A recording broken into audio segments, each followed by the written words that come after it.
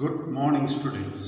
Today we are entering into a new chapter called the Parliament.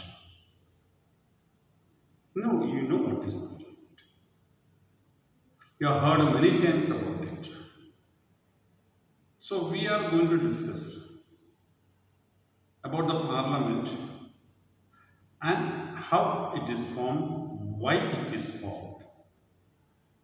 So, let us see what is a Parliament first of all. A parliament is a legislative body. Means an organization or a body which makes the rules and regulations. That's a legislative body of government. You know, a government has got three organs: legislature, executive, and judiciary. So, Parliament is one of those three organs. Then, Parliament has three functions.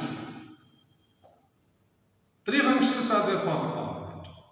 First one is representing the electorate, means the people who have elected. The people who have elected will be represented in the Parliament. So it is a legislature, the body which makes the rules and regulations. Okay, we are having an indirect democratic system. We send the people to the Parliament to speak for us. So there is electorate making laws, rules and regulations and laws for the country is made by the Parliament. Then, and overseeing the government via hearings and inquiries, controlling the government. The executive should be checked. Executive should be questioned. So that is the duty of the Parliament. So all the countries in the world are having Parliament. The names of different countries' Parliament may be different. Like Reichstag or Bundestag in Germany, National Assembly in France, the Congress in America, the Diet in Japan, the Duma in Russia. Like the different countries have got different names to their majlis in Iran. Like there are different names. Let's see. Should people decide? Now the question is that the Parliament is an organization which can take a decision. So should we decide about the Parliament? That's what the question comes. The Constitution of India describes that. In independence struggle, many sections of society participated. We know our independence, long period it was. After formation of Indian National Congress in 1889, from that period to the formation of the Constitution, the Congress party was leading the struggle and all the activities. Many have sacrificed their life, their time, their money for the independence of India. We enjoy the privileges of this time. They were inspired by the ideas of freedom, equality, and participation in decision making. So the members who participated in the struggle, national freedom struggle, wanted the idea of freedom. Because when the Britishers were ruling, Indian people were not able to speak against the Britishers. If anybody speaks, the person would be arrested and put in jail. Sometimes they may be hanged. So that's the question. So they were inspired by the ideas of freedom, equality, equal rights for everybody, and participation in decision making, means being a member in the parliament. No Indians were having the power to decide something. That is the reason. They faced grave danger in trying to criticize the British government decisions. If anybody criticizes a British government decision, that person will be arrested and put in jail. Because British government was ruling an absolute rule in India. So in India, the National Congress demand right to discuss and budget and ask questions. You know, in India we have a parliament budget session is there. And every MP can ask the questions to the ministers, and ministers are bound to answer. Ministers cannot escape from the questions of the MPs. They are bound to answer. That is one of the important aspects of a constitution and the parliament. But what are the parliament? The members have to ask questions and ministers are bound to answer. There is no excuse for that. If that is gone, then there is no democracy. If that is not existing, no democracy will exist. So democracy means the power of the members of the parliament to ask questions to the ministers, and ministers' responsibility to answer the questions. The Government of India Act 1909 allowed for some electoral representation. You see, in 1885 they demanded, and by 1909 some changes Britishers are permitting. Some Indians were made members of the Legislative Assembly. So they elections were there. Elections were there doesn't mean that all the citizens were permitted to vote. Only those who were paying taxes were permitted to vote. Others were not permitted to vote. Income tax. That is the criteria. Okay. Government had to be sensitive to the people's needs and demands. Sensitive means ready to listen, accept what are the problems of the people. Take care of the people. Look after the people. Be with the people. If people are facing the problem, ministers and the government should be with the people, interact with the people, come to know the problems of the people, and provide financial and other necessities for the better life of the people. It's a responsibility of the government. If that government doesn't take care of it, it is not doing the duty what a government is expected to do. Principle of universal adult franchise was adopted in India. Means every person above a particular age is permitted to vote. In India it is 18 years. In England it is 16 years. So different countries will have different age limit.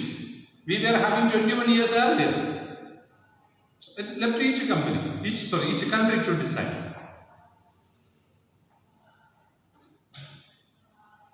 People and the consent that desire approval and participation. We give consent.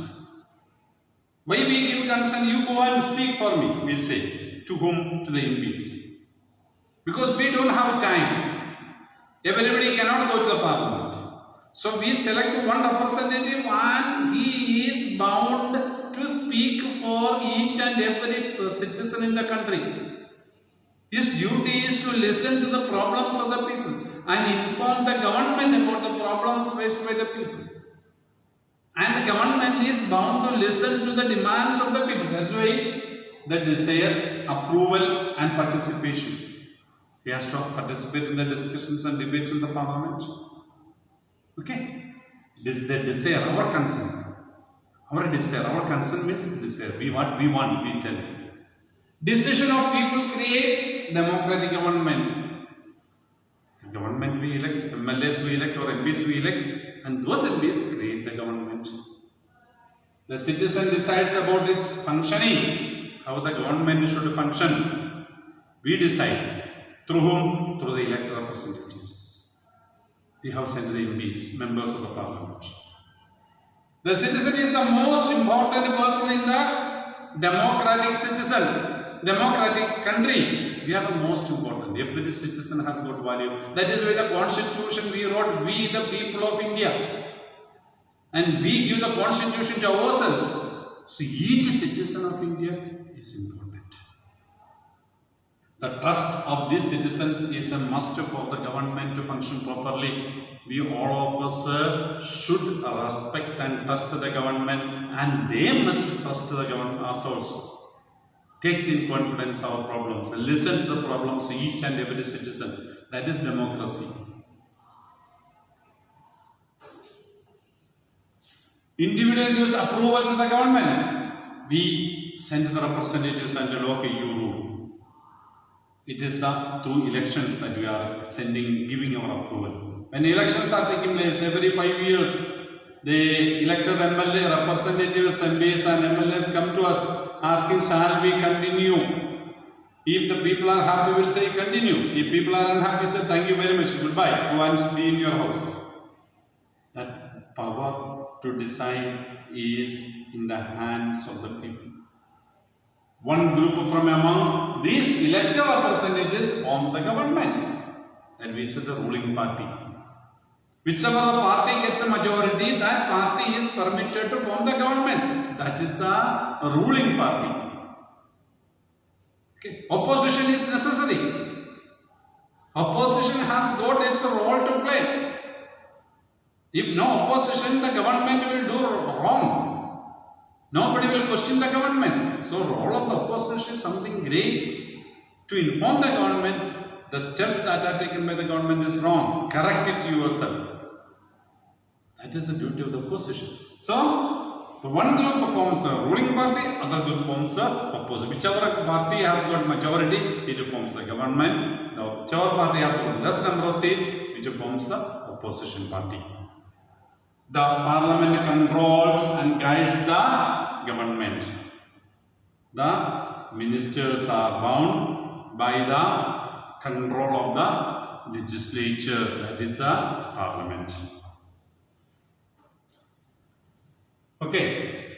Now Indian Parliament, our Indian Parliament, it is known as a Sansad. The Parliament of India, it is known as a Sansad. That's the name used for our Parliament.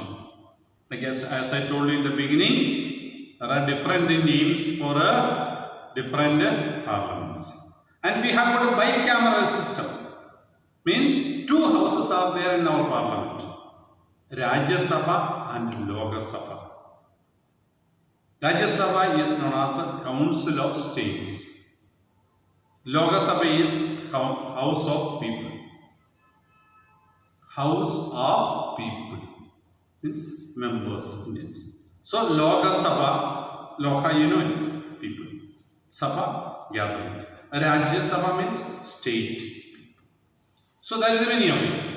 So the supreme law-making institution, it has two houses, the Rajya Sabha and Lok Sabha. Rajya Sabha, Council of State with the 245 is the total strength of Rajya Sabha. Maximum it can go to 50-50 as per the constitution. Okay? And is chaired by the Vice President of India. Vice President, Mr. Venkaiah Naidu is the Vice President of India. He is the chairman of Rajya Sabha. The meetings of the Rajya Sabha is controlled by Vice President of India. Lok Sabha, House of the People. The membership is 545. And it is presided over by the Speaker. So the Speaker presides over the meetings of Lok Sabha. What's name before? That is the Speaker. This is a Parliament building. This is a session of Lok Sabha. That is this is the Rajya Sabha. That is Lok Sabha. Okay. Lok Sabha, Rajya Sabha, and Lok Sabha. Okay. Thank you very much.